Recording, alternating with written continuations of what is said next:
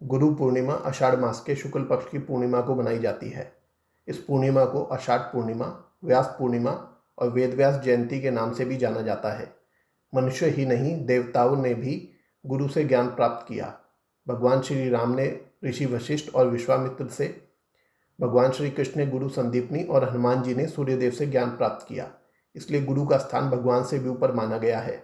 गुरु पूर्णिमा के दिन शिष्य अपने गुरु का पूजन कर आशीर्वाद लेते हैं और गुरु के प्रति आभार व्यक्त करते हैं, क्योंकि गुरु अज्ञानता के अंधकार से निकालकर ज्ञान रूपी प्रकाश की ओर ले जाते हैं। इस दिन अनेक मंदिरों और मठों में गुरु की पूजा की जाती है। स्कूल और कॉलेजों में भी बड़े बड़े कार्यक्रमों का आयोजन किया जाता है।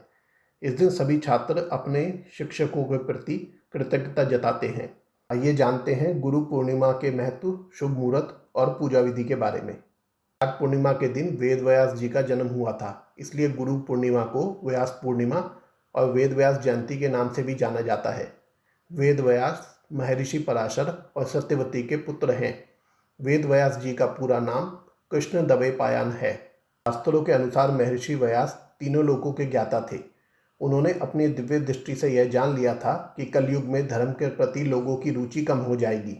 धर्म में रुचि कम होने के कारण मनुष्य ईश्वर में विश्वास न रखने वाला, कर्तव्य से विमुख और कम आयु वाला होगा। एक बड़े और संपूर्ण वेद का अध्ययन करना उसके बस की बात नहीं होगी।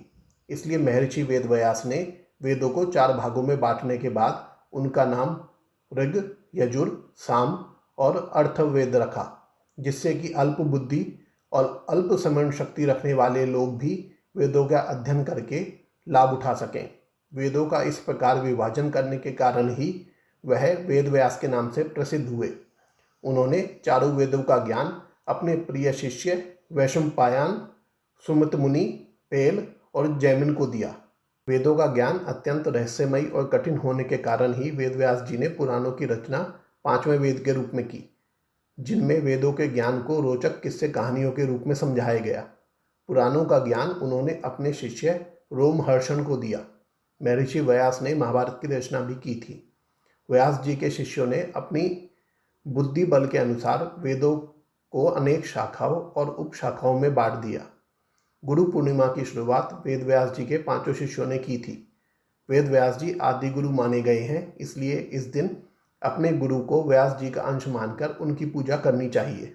पंचांग के अनुसार आषाढ़ मास की पूर्णिमा तिथि रविवार 2 जुलाई को रात 8:21 से लेकर 3 जुलाई को शाम 5:08 तक रहेगी।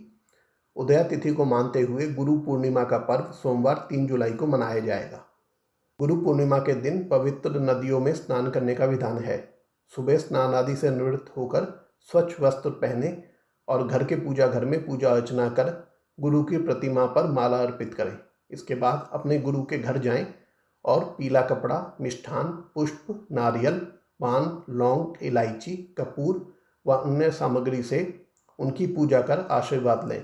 जिन लोगों के गुरु इस दुनिया में नहीं रहे, वे अपने गुरु के चरण पादुका का पूजन करें। गुरु पूर्णिमा के दिन कुछ उपाय करने से व्यक्ति को गुरु दोष से मुक्ति प्राप्त होती है। आइए जानते हैं।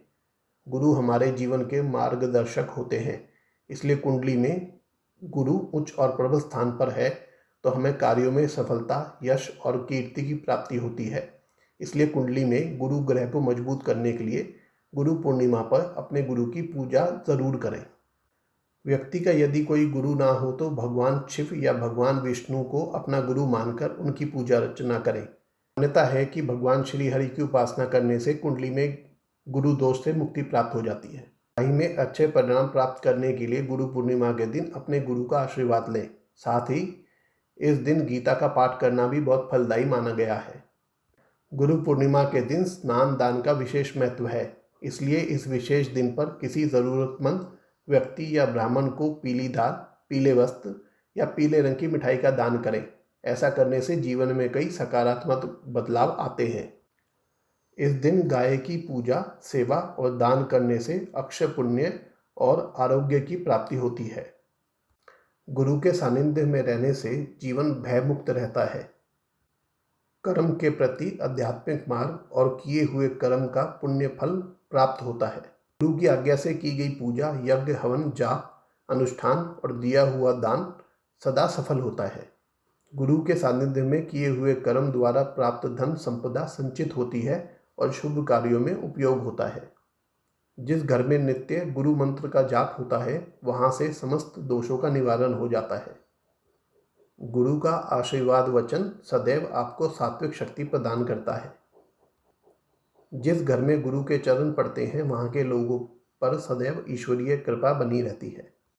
यदि इस वीडियो से संबंधित आपके कोई प्रश्न है तो कमेंट में लिखें। वीडियो देखने के लिए धन्यवाद। वीडियो को लाइक और चैनल को सब्सक्राइब करें।